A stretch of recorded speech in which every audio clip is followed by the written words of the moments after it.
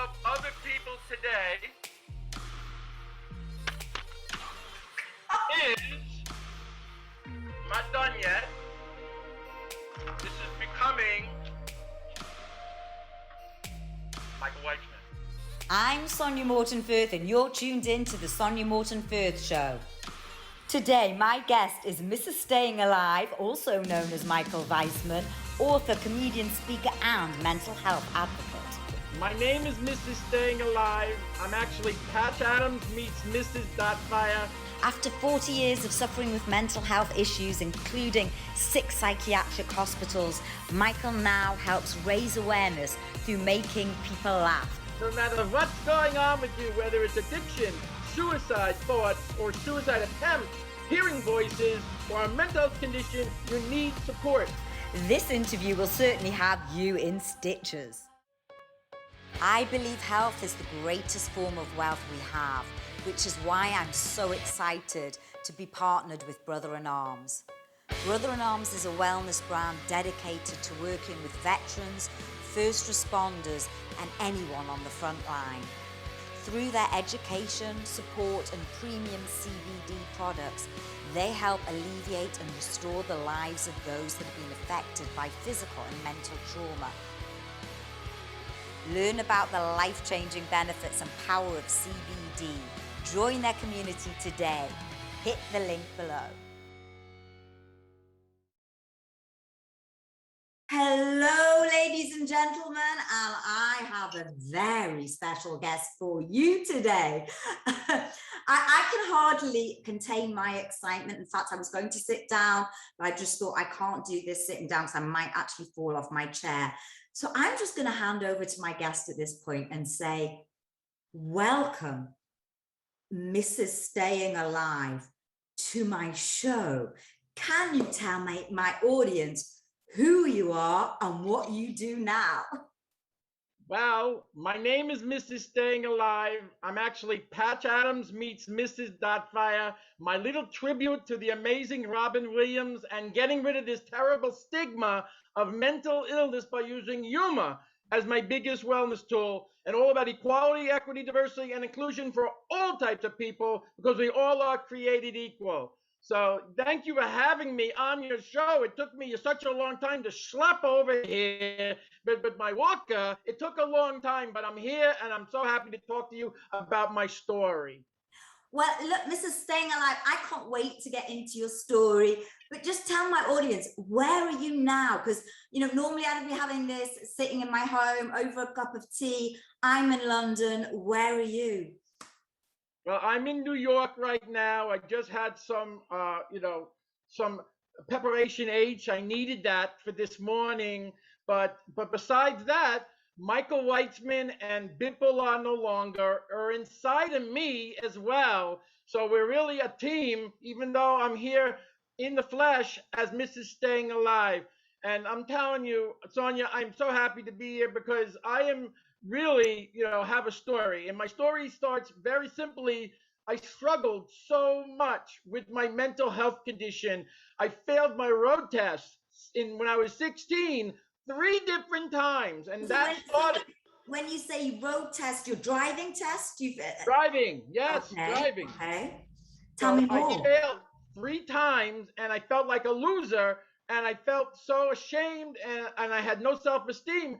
And that's what started the mental health condition that was in me, where I suffered in silence, Sonia, for over 25 years. I didn't come out of the mental health closet. And I have all those: isolation, anger, you have stress. There's so many things. You're beating yourself up.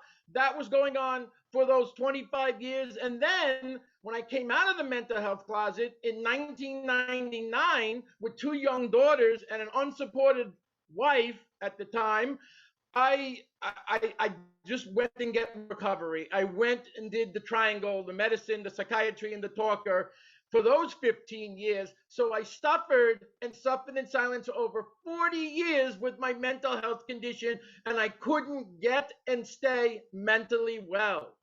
And how did the doctors in, you say back in 1999, I remember 1999, but it was quite a while ago.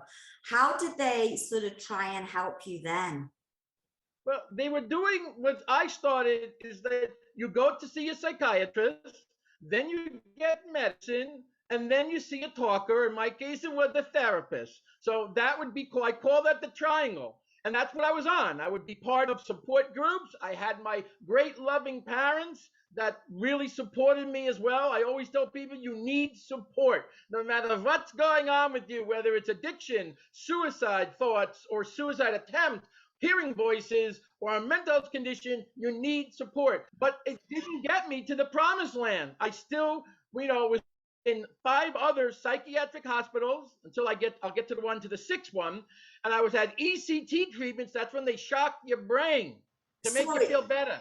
Sorry, can I just get you to repeat that? You were in 6 psychiatric hospitals? I've been in 6 psychiatric hospitals, can't you tell? And also, I've had 22 ECT treatments. That's when they shock your brain.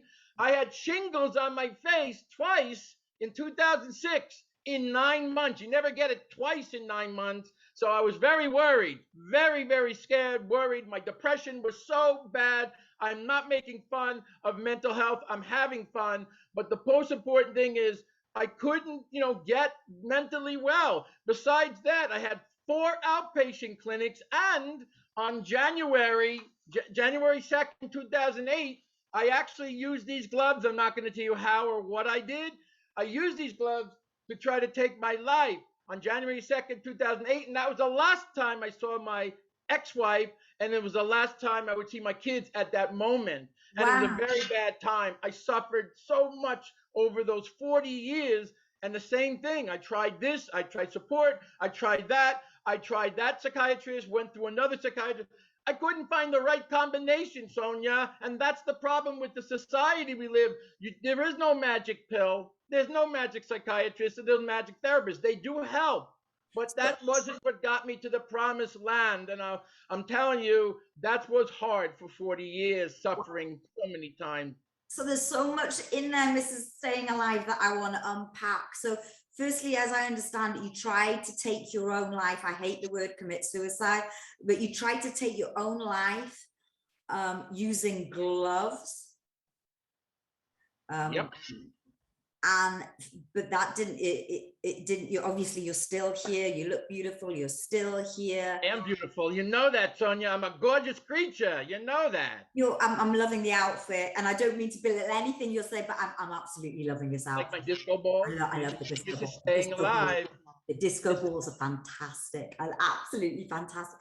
So look, all sort of jokes aside, but if you're at the stage of wanting to take your life, how did you overcome that? I mean, you must have been well, I'm going to tell you what I do in a living a little bit later on as someone else, but I just want to let you know, I don't like using the term trying to take someone's life or committed suicide. I was actually in a health clinic on the phone in the parking lot. So that's why was I really looking to take my life, or was I really just looking for help?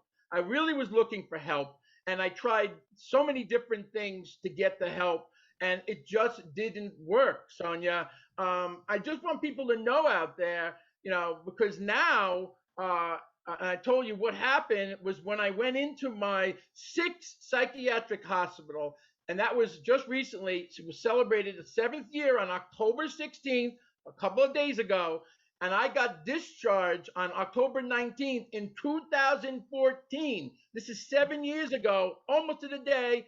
I went into my 6th psychiatric hospital. But you have to understand, this guy right here, Robin Williams, I call it suicide or Lewy body dementia, took Robin Williams' life 3 months beforehand. So I got even sicker, went into my 6th hospitalization, and something happened when I went in. There was an aha moment, a divine intervention, and a divine encounter. And I said to myself, Michael, all you got to do is to get and stay mentally well, and then you can be a spokesman. You could be a speaker. You could be a performer, a comedian, and an advocate to help so many people with their mental health, the mental health challenges, addiction, suicide, hearing voices. So when I went into that psychiatric hospital, I put together a workshop called the Three Amigos of Mental Health. I came up with things called bipolar and gum. Have fun with your mental health. Almond joy? No, it's called mental joy. Oh, I love it. I love it.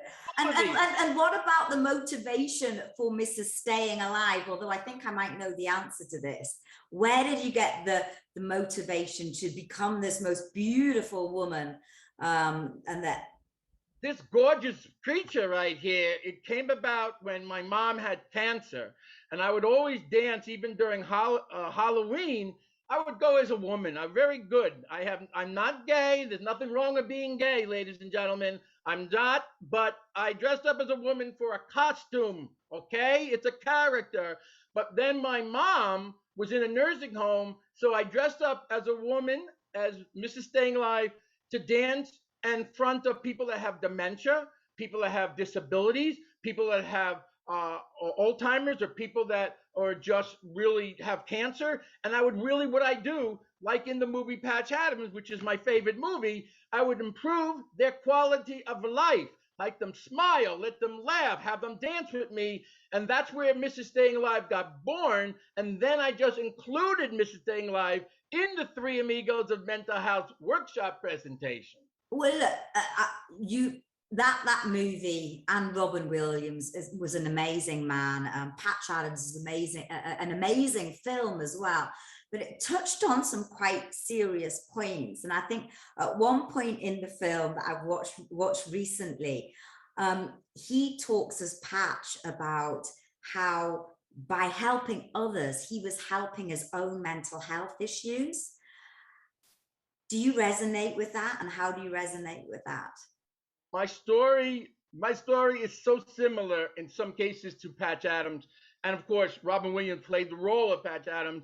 You have to understand, I'm in the mental health field because of one person and one person only, and that's because of Robin Williams. What he did got me so sick, and then I just started to watch the movie, The Patch Adams, and oh my God, I see that, people, when he's in I don't want to give it away for anyone who hasn't seen the movie, but he's in the movie with children that have cancer. And what is he doing? He does this. This is where the red nose came out. The red nose is about what?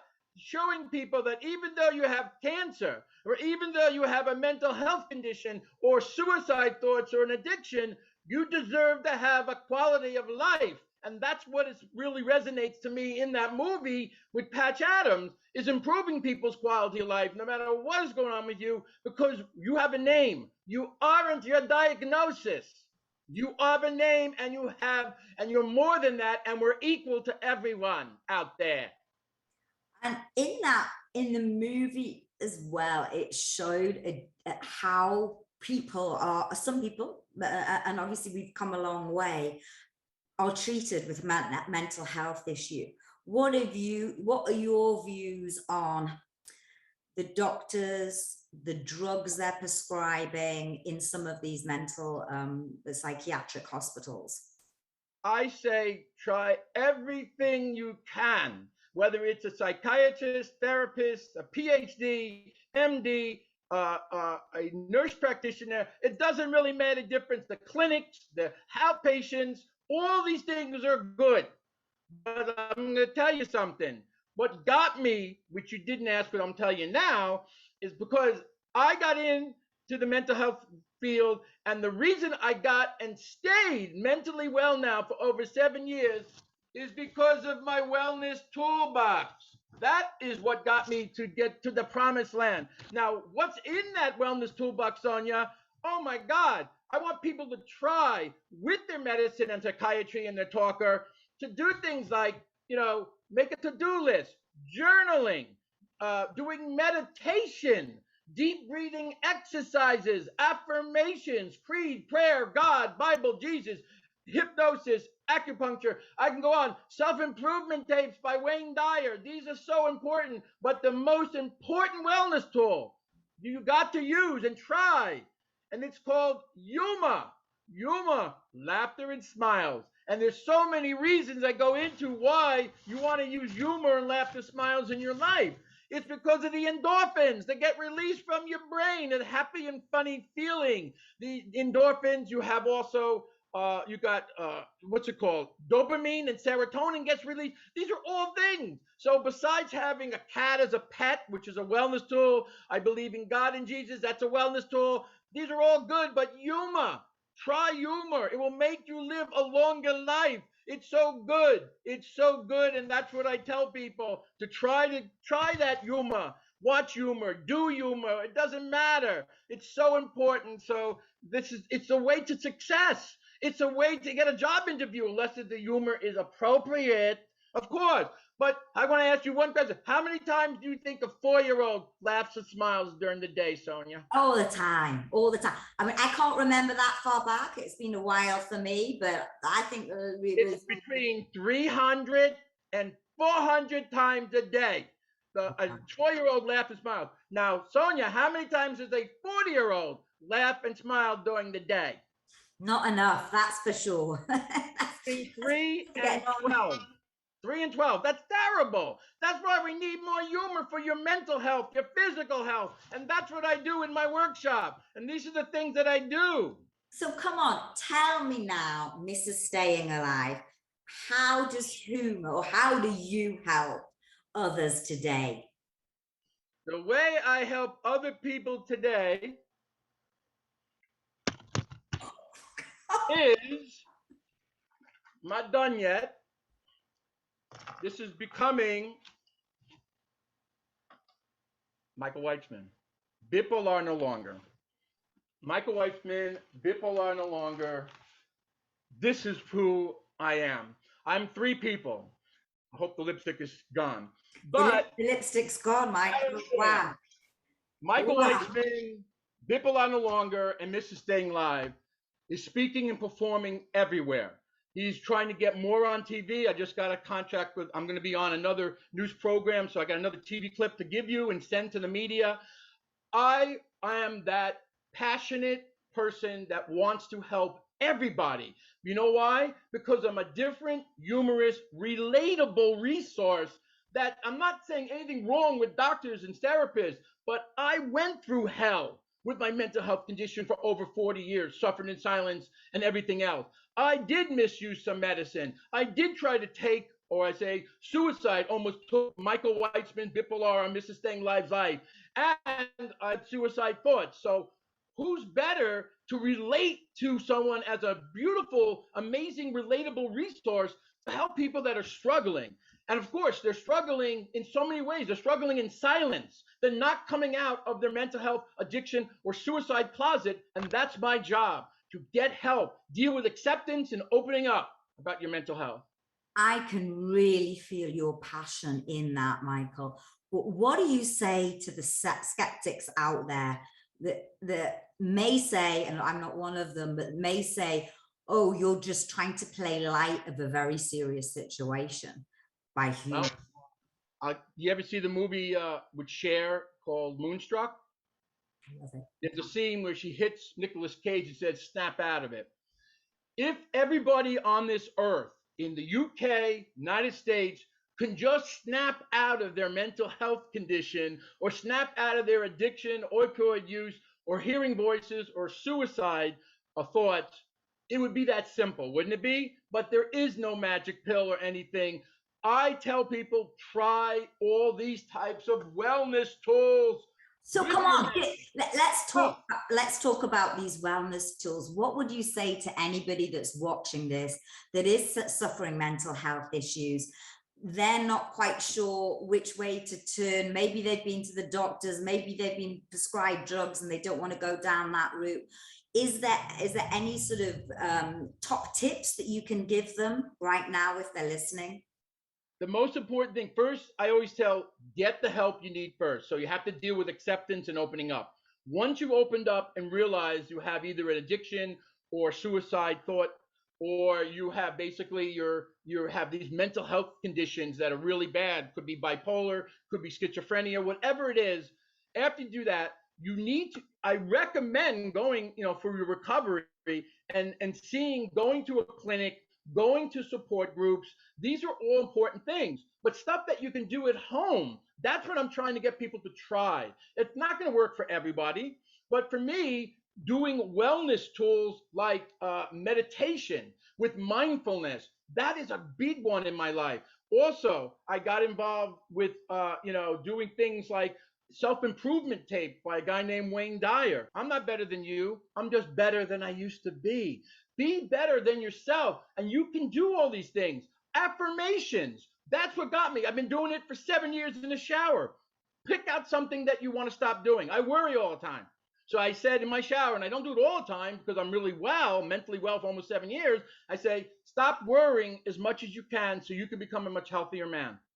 It might sound corny, but it's effective and it became reality. All these affirmations that I say and doing other things. There's so many things you can do. Take a walk, the scent of a candle. There's so many different nutrition. Oh my God, I know you're into health. I know about your background. So nutrition is a wellness tool. Good sleep is a wellness tool. I have a cat, my cat Baxter. It's a wellness tool, baby. All these things, try this with your medicine, psychiatry, and maybe with your direction of your doctors, may be able to wean off even possibly some medicine, which I've done. But I'm not condoning and saying don't use it or use. Try these other things. That's why the wellness tools from the wellness toolbox that Michael Weitzman, Bipolar No Longer, and Mrs. Staying Alive is recommending is so key. Try other things for your recovery and your health.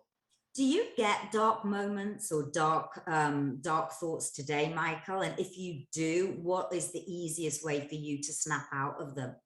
I have to be totally honest with you, Sonia. I have never had any dark days for almost 7 years. And that's my anniversary. I don't, because even if I have a tinge of trepidation or something that didn't come my way, I'll give you an example. I have a very bad breakup right now with my obviously she's my ex-girlfriend, and right now it's over, but I don't let struggles or disappointments get to me. So this is what I say to the audience and everybody is, this is what life experience is all about, Sonia. Life experience is all about all of your many struggles and disappointments, but it's how you handle them and how you work with them and how you deal with them that will determine your amazing strength and your incredible triumphs. And for me, my triumphs is to get on TV. I want to be nationally known and then worldly known for one reason only, not for the money. It's about, I want to help not hundreds of people, I want to help billions of people with their mental health. This passion you have inside of me is like a virus. This is the virus you want. You want the Michael Weitzman, Bipolar No Longer, Mrs. Staying Alive virus in your body, in your heart and soul. So when I hear my words and you see my actions, I'm going to be there to help you and guide you with your recovery and your mental health and your addiction. And I'm the biggest passionate guy you've ever met. Passion is what it's all about. It's about giving value. Well, there you go, ladies and gentlemen. This is the virus you want. What an amazing thing you don't want COVID. You want the Michael Weitzman, Bipolar, Mrs. Staying Alive virus that's infectious and contagious inside your body. Final words, Michael, Mrs. Staying Alive, because I've really enjoyed, this has been a very, very different interview for me. I love it. I'm loving the nose. I feel like I'm talking to Robin Williams. I mean, this is amazing. Absolutely amazing. What would your final words to anyone that's listening to this, that is suffering or that maybe are going through what you've been through in your life? Get out of the mental health closet, addiction closet, get the helps you need, and then even give someone like myself as a different humorous type of resource that's relatable, that maybe that can help you as well. Again, I can help. I'm helping so many people, but I want to help billions of people because I want to walk down that street and say, wow, you know what? That person has a broken arm. This one just has a little bit of a broken brain, but that doesn't make it different. So there's no shame having a mental health condition or having addiction or suicide. It's strength when you go and get the help that you need. And that's what I'm trying to show people. That was in the movie, as we talked before, with Patch Adams. And of course, I don't want to Mrs. Doubtfire, because that's what Mrs. Staying Alive is. Patch Adams meets Mrs. Doubtfire. because my words are always going to help so many people because I've been there, ladies and gentlemen. And if I've been there and if I can get mentally well, so can you. Michael, Mr. Staying Alive, thank you so much for being a guest on my show. And I wish you all the success doing your amazing work because you really are changing lives. Thank you, Michael. Thank you for having me, Sonia. I really appreciate it. It was great. Hope you enjoyed the show. Remember, there's a new interview out every Monday. So hit subscribe and like, and you'll get it straight into your inbox.